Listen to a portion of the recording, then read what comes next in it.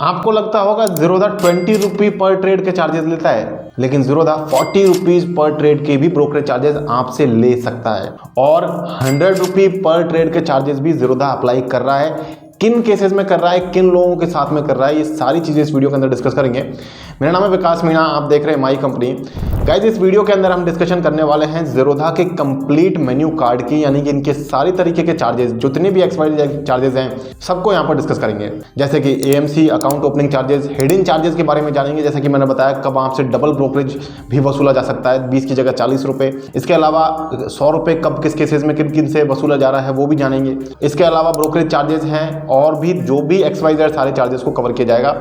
तो सबसे पहले वीडियो को स्टार्ट करते हैं। सबसे पहले सेगमेंट में हम यहाँ पर बात करते हैं ज़ीरोधा के गवर्नमेंट रेगुलेटरी चार्जेस की। जब आप स्टॉक्स की बाइंग सेलिंग करते हैं, ट्रेडिंग करते हैं, डिलीवरी में खरीदते हैं, उस केस में guys government regulatory charges applicable होते हैं। अभी गवर्नमेंट रेगुलेटरी चार्जेस जो हैं वो एग्जैक्टली सेम है अप स्टॉक्स के बराबर।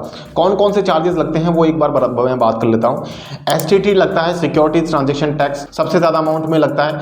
इसके बाद एक्सचेंज ट्रांजेक्शन चार्ज लगता है, सेबी फीस लगती है, GST लगता है। इसके अलावा डिपॉजिटरी फीस लगती है। GST जो यहाँ पर एप्लीकेबल होता है गाइज, वो GST आपके ब्रोकरेज चार्जेस, आपके सेबी की फीस और एक्सचेंज ट्रांजैक्शन फीस, इनके सबके ऊपर, इन तीन चीज़ों के ऊपर एप्लीकेबल होता है GST 18% की रेट से।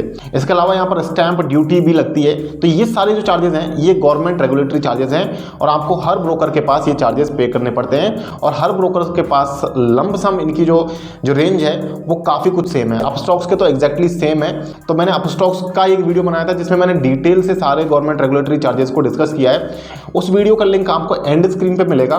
तो आप अगर रेगुलेटरी चार्जेस को समझना चाहते हैं तो इस वीडियो के बाद उस वीडियो को आप देख सकते हैं। अब हम यहाँ पर बात करते हैं अदर चार्जेस की। अदर चार्जेस के बाद हम हिडन चार्जेस को जानेंगे और उसके बाद हम ब्रोकरेज चार्जेस के बारे में डिस्कशन करेंगे। तो अदर चार्जेस में कौन कौन से चार्जेस आते हैं, जैसे कि आप जब फंड ऐड करते हैं तो उस टाइम भी एक चार्ज लगता है। शायद आपको पता नहीं हो, ये कोई हिडन चार्ज नहीं है क्योंकि ये इनकी वेबसाइट पर सारे चार्जेस तो मेंशन है, लेकिन आप लोग जनरली इस चीज़ पर ध्यान नहीं देते हो। तो यहाँ पर जो चार्ज लग रहा है आपसे फंड डिपोजिशन के टाइम पे 9 रुपये पर ट्रांजैक्शन आपको ये पे करना पड़ता है। ये जो चार्ज है ये अलग अलग ब्रोकर्स जो है इसी रेंज में चार्ज करते हैं। 7 रुपये, 9 रुपये, 10, 12 रुपये, इस रेंज में चार्ज करते हैं। ये जो चार्ज है इसका कुछ पोर्शन जो है वो बैंक्स को जाता है, कुछ पोर्शन ब्रोकर भी अपने पास रखते हैं। अब अदर चार्जेस के अंदर ही एक और चार्ज एप्लीकेबल होता है जो कि कॉल एंड ट्रेड का चार्ज है, जो ज़ीरोधा लेता है 50 rupees plus GST। Call and trade का मतलब ये है कि अगर आप कॉल करके मैनुअली कोई ऑर्डर प्लेस करने को बोलते हैं ब्रोकर को तो वो भी आपकी तरफ से ऑर्डर प्लेस कर देते हैं, लेकिन 50 रुपीज़ का चार्ज लेते हैं। इसके अलावा एक और अदर चार्ज एप्लीकेबल होता है जब आप कॉर्पोरेट एक्शन ऑर्डर प्लेस करते हैं। कॉर्पोरेट एक्शन ऑर्डर का मतलब ये है कि आप कोई OFS के टाइम पर या आप कोई बायबैक के टाइम पर शेयर खरीदने के लिए, बेचने के लिए ऑर्डर लगाते हैं, या आप कोई डीलिस्टिंग के टाइम पर किसी कंपनी में अगर डीलिस्टिंग हो रही है तो उस टाइम पे आप कोई ऑर्डर प्लेस करते हैं, तो ये कॉर्पोरेट एक्शन ऑर्डर की कैटेगरी में आता है। इस टाइम पर 20 रुपीज़ प्लस GST का एक और एडिशनल चार्ज आपके ऊपर लगता है। और इसके अलावा यहाँ पर अगर आप फिजिकल रिपोर्ट्स अपने घर पर मंगाते हैं तो उसके लिए 20 रुपीज़ ज़ीरोधा चार्ज करता है, 100 रुपये आपको कुरियर चार्जेस देने पड़ते हैं और इस पूरे के ऊपर 18% का ब्रोकरेज चार्ज भी देना पड़ता है। ये फिजिकल रिपोर्ट्स अगर आप घर पर कोई मंगाना चाहते हैं तो उस केस में आपके ऊपर चार्ज लगता है। इसके अलावा अगर आप अपने शेयर्स को प्लेजिंग करने के लिए कोई ऑर्डर लगाते हैं तो प्लेजिंग के टाइम पर भी आपको 30 रुपीज़ प्लस GST का जो चार्ज है वो पे करना पड़ता है। अब हम बात करते हैं कि किस टाइम पर आपके ऊपर 100 रुपये का ब्रोकरेज चार्ज लग सकता है और किन लोगों के लिए लग सकता है, क्योंकि ये जो चार्ज है हर किसी के ऊपर अप्लाई नहीं होगा। अगर आप एक NRI हैं तो आपको ब्रोकरेज चार्ज जो है ऑप्शन और इंट्राडे के केस में 100 रुपीज़ का लगेगा। डिलीवरी के केस में आपको 0.5% या 100 रुपये जो भी लोअर होगा। अगर आपका अकाउंट जो है नॉन PIS अकाउंट है तो 100 रुपये, और अगर आपका अकाउंट PIS अकाउंट है NRI के केस में तो डिलीवरी में 0.5 या 200 रुपये जो भी लोअर होगा वो लगेगा। इसके अलावा AMC चार्ज जो है वो NRIs के लिए 500 रुपये प्लस GST के हैं।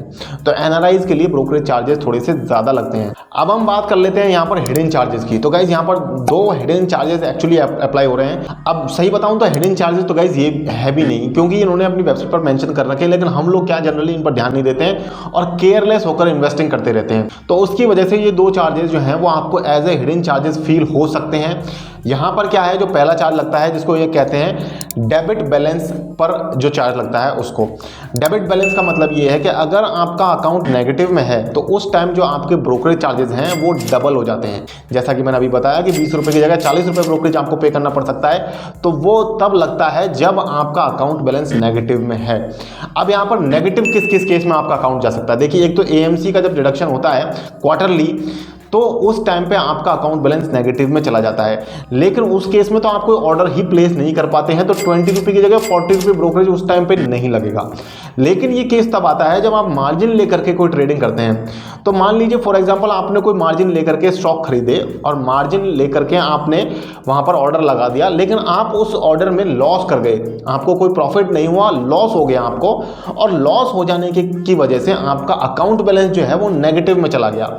लेकिन अब आपकी क्योंकि वो पोजीशन तो अभी भी ओपन है, तो आपको उसे जब स्क्वायर ऑफ करना होगा तो आप एक और ऑर्डर प्लेस करेंगे, तो उस टाइम पर वो ऑर्डर प्लेस हो जाता है। लेकिन क्योंकि आपका अकाउंट बैलेंस नेगेटिव में है, मार्जिन की जो रिक्वायरमेंट है उसको आप फुलफिल नहीं कर पा रहे हो आपके करंट अकाउंट बैलेंस की वजह से, तो उस टाइम पर आपका जो ऑर्डर प्लेस होगा उसका चार्ज डबल हो जाता है, 20 रुपये की जगह 40 रुपये हो जाता है। मैंने अभी अभी ज़ीरोधा के कस्टमर केयर से बात करके ये चीज़ क्लैरिफाई भी करी है। आपका एएमसी डिडक्शन के बाद में कोई ऑर्डर आप प्लेस नहीं कर पाते हैं, उस टाइम पर ये ब्रोकरेज डबल नहीं होता है। अगर आप ज़ीरोधा के कस्टमर केयर से खुद ये बात करना चाहते हैं तो मैं आपको नीचे डीमैट डायरेक्टरी का एक लिंक दे दूंगा, एक वेबसाइट है डीमैट डाइव, जिसका लिंक आपको दे दूंगा नीचे डीमैट डायरेक्टरी का। वहाँ पर आपको 50 से ज़्यादा अलग अलग ब्रोकर्स के कॉन्टैक्ट नंबर एक साथ एक ही पेज पर मिल जाएंगे, तो वहां से आप ज़ीरोधा के कॉन्टैक्ट नंबर लेकर के उनसे बात कर सकते हैं। तो ये तो हो गया पहला हिडन चार्ज जिसे कहते हैं डेबिट बैलेंस चार्जेस। अब दूसरा जो हिडन चार्ज है उसको ये कहते हैं delayed payment charges. Delayed payment charges का मतलब ये है कि जब मान लीजिए आपकी एएमसी डिडक्शन हुई और एएमसी डिडक्शन की वजह से या आपने कोई मार्जिन की रिक्वायरमेंट फुलफिल नहीं करी है, इन दोनों ही केसेस में आपका अकाउंट बैलेंस नेगेटिव रहता है और उस नेगेटिव बैलेंस पर आपको 0.05% पर डे की इंटरेस्ट रेट से आपको चार्ज लगता है। अब यहाँ पर दोनों ही केसेस अप्लाई हो जाते हैं। एएमसी डिडक्शन की वजह से जब आपका अकाउंट बैलेंस नेगेटिव में जाएगा या आपका मार्जिन की रिक्वायरमेंट फुलफिल नहीं कर पाने की वजह से आपका अकाउंट बैलेंस नेगेटिव में जाएगा, तो इन दोनों ही केस में या इसके अलावा कोई भी एक्स्ट्रा अगर ऐसा केस आ जाता है जहां पर आपका अकाउंट बैलेंस नेगेटिव चला जाता है, तो उस केस में 0.05% पर डे का इंटरेस्ट रेट चार्ज आपको पे करना पड़ता है। तो ये दोनों हिडन चार्जेस हो गए, एक तो हो गया डेबिट बैलेंस का चार्ज, एक हो गया डिलेड पेमेंट चार्ज। अब हम बात करते हैं गाइज यहाँ पर account opening charges. 200 rupees plus GST अगर आप करेंसी और इक्विटी का अकाउंट ओपन करते हैं। अगर आप कमोडिटी का भी अकाउंट ओपन करते हैं तो 300 रुपये प्लस जीएसटी का आपको पे करना पड़ता है। एएमसी यहाँ पर लगती है 300 रुपये प्लस जीएसटी की, जो कि क्वार्टरली डिडक्ट होती है 75 रुपीज़ प्लस जीएसटी, जो कि 88.5 रुपीज़ का टोटल अमाउंट बनता है। ये हर 90 दिन में आपके डीमैट अकाउंट से डिडक्ट हो जाता है, चाहे पैसा है चाहे नहीं है। तो कोशिश ये करो कि 100 रुपये हमेशा मेंटेन करके रखो। अगर नहीं भी कर पा रहे हो तो जब आप कुछ दिनों में जब देख लेते हो वापस, तो उस टाइम डाल दो, ऐसी कोई इशू नहीं है। ये जो इंटरेस्ट लगता है इसके ऊपर 0.05% का, कोई बहुत बड़ा अमाउंट ये क्रिएट नहीं कर देगा। तो अगर 1-2 महीने बाद भी आप जाओगे तो 2, 5, 10 रुपये ही बढ़ते हैं वहाँ पर। तो ये हो गया एएमसी। अब बात करते हैं ब्रोकरेज चार्जेस की। तो ब्रोकरेज चार्जेस गाइड डिलीवरी में बिल्कुल जीरो रहते हैं ज़ीरोधा में। इसीलिए मैं कहता भी हूँ कि जो लोगों को स्टॉक्स डिलीवरी में खरीदने होते हैं, जो स्विंग ट्रेड्स करते हैं, आज खरीदा कल बेचा परसों बेचा, 7 दिन 10 दिन या कुछ महीने होल्ड करते हैं, वो लोग ज़ीरोधा में अपना डीमैट अकाउंट जरूर बना सकते हैं। ज़ीरोधा का लिंक आपको डिस्क्रिप्शन में मिल जाएगा। इसके अलावा जो मेरे दूसरे फेवरेट डीमैट अकाउंट्स हैं उनके लिंक भी डिस्क्रिप्शन में मिल जाएंगे, आप चाहें तो उन्हें भी ट्राई कर सकते हैं। अब यहाँ पर मैंने आपको डिलीवरी के चार्जेस बता दिए, डिलीवरी ज़ीरोधा में फ्री है।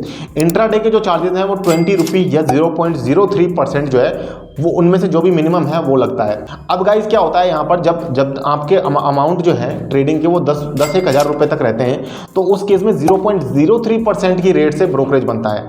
और जब आपका अमाउंट जो है वो 66,000 से ऊपर जाता है तब आपका 20 रुपये फ्लैट लगना स्टार्ट होता है।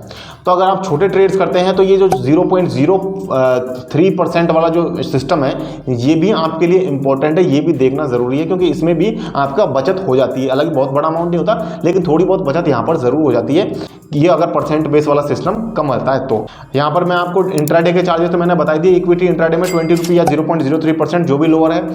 फ्यूचर्स के केस में भी 20 रुपये या 0.03% जो भी लोअर है, सेम ब्रोकरेज लगता है। और यहाँ पर इक्विटी ऑप्शंस के केस में 20 रुपये फ्लैट पर एग्जीक्यूटेड ऑर्डर का चार्ज लगता है। करेंसी और कमोडिटी में भी यही सेम चार्जेस लगते हैं। करेंसी कमोडिटी के फ्यूचर्स के केस में 20 रुपये या 0.03% जो भी लोअर होगा, और करेंसी कमोडिटी के ऑप्शंस में 20 रुपये फ्लैट पर एग्जीक्यूटेड ऑर्डर के ब्रोकरेज चार्जेस लगते हैं। इनफैक्ट म्यूचुअल फंड आईपीओ वगैरह तो आपको दूसरे सभी ब्रोकर्स के पास भी फ्री मिल जाते हैं। तो गाइज ज़ीरोधा में आप चाहें तो अपना अकाउंट ओपन कर सकते हैं, सारे चार्जेस हो गए। इसके अलावा मेरे जो फेवरेट डीमैट अकाउंट्स हैं उनके लिंक आपको डिस्क्रिप्शन में मिल जाएंगे, तो आप वहां से जाकर के कहीं भी अपना डीमैट अकाउंट ओपन कर सकते हैं। सारे ही सेफ और बेस्ट डीमैट अकाउंट्स हैं। इसके अलावा अगर आप जानना चाहते हैं मैं इन्वेस्टमेंट कहाँ कर रहा हूँ, म्यूचुअल फंड्स में, स्टॉक्स में कर रहा हूँ, कौन सी मेरी इन्वेस्टमेंट एक्टिविटी चल रही है, तो वो सारी चीज़ें मैं अपने टेलीग्राम चैनल पर शेयर करता रहता हूँ अपनी कम्युनिटी के साथ में।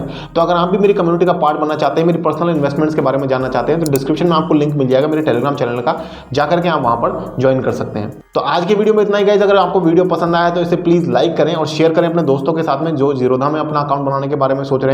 तो मिलते हैं गाइस फिर किसी नए वीडियो में, तब तक के लिए मुझे दीजिए इजाजत। जय हिंद, जय भारत।